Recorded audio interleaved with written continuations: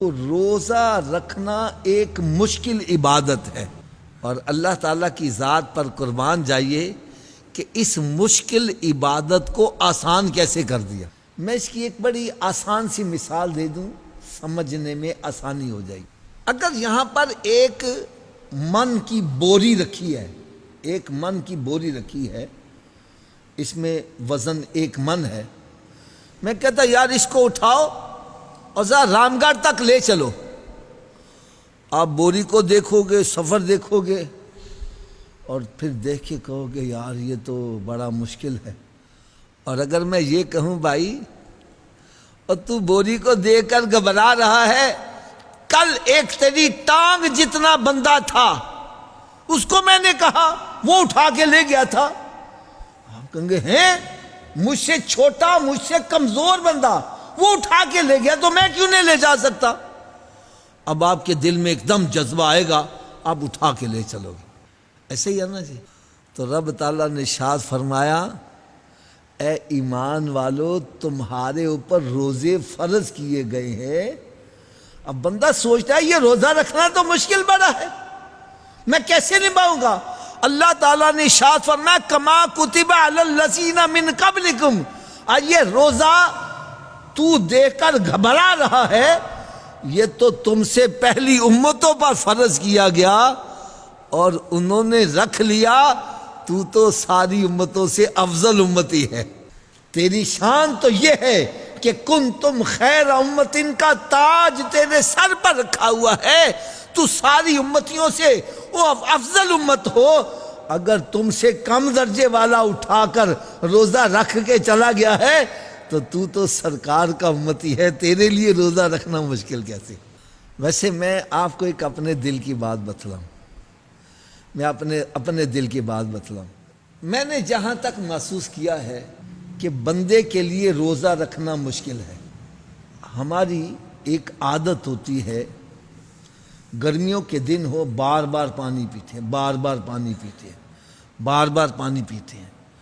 ہم سمجھتے ہیں کہ یار پانی کے بغیر میرا گزارا نہیں ہے، میں کس طرح صبح جناب 4 بجے سے لے کر شام 7 بجے تک کیسے اس کے بغیر رہوں گا؟ میں بھی مانتا ہوں یہ ہمارے لیے مشکل ہے، لیکن یقین جانو میں ایک آپ کو بڑا پیارا نسخہ دیتا ہوں، بڑا پیارا نسخہ دیتا ہوں۔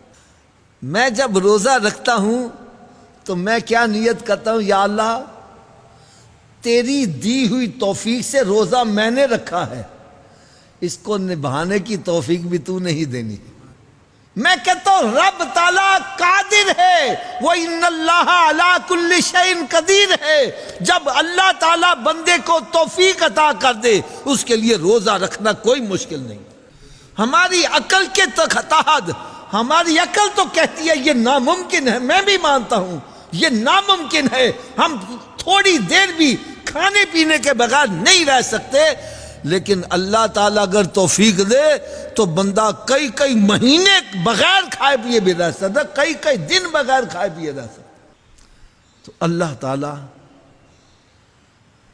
ہر چیز پر قادر ہے، وہ انسان کو توفیق دیتا ہے، بس یہ ہے کہ بندہ ہمت کرے، گھبرائے نہ، یہ ضرور مانے کہ میرے لیے روزہ رکھنا مشکل ہے، لیکن رب کا کرم ہو جائے تو روزہ رکھنا کوئی مشکل نہیں ہے۔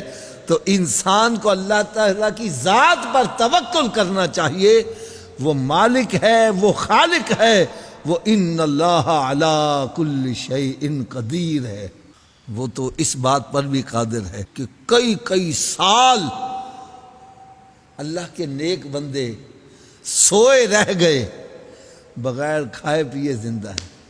اصحاب کہف غار میں تشریف لے جاتے ہیں، کئی سال سوئے رہے بغیر کھائے پیے، اللہ تعالیٰ نے ان کو زندہ رکھا یار، وہ مالک ہے، وہ ان اللہ علی کل شیء قدیر ہے، اس کی ذات پر توکل کر۔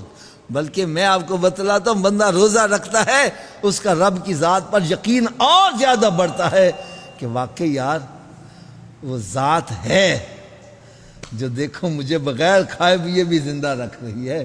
میں تو یہ سمجھتا تھا کہ میں تو رہ ہی نہیں سکتا، لیکن اللہ تعالیٰ مالک ہے، خالق ہے، تو ہمیں اس کی ذات پر توکل کرنا ہے اور رمضان المبارک سے گھبرانا نہیں، بلکہ رمضان المبارک کو اللہ تعالیٰ کی طرف سے ایک انعام سمجھنا ہے، تحفہ سمجھنا ہے.